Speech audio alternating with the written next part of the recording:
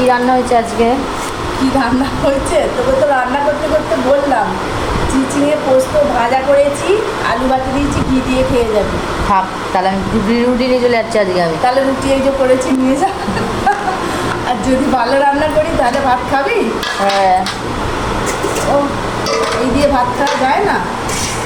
এই তো ডিম হয়েছে।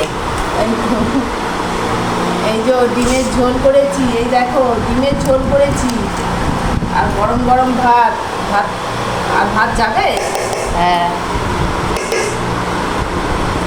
পোস্ত ভাজা, আর এই দেখো পটল দিয়ে ডিমের ঝোল। এবার ভাত খাবে, আর না বলবে না।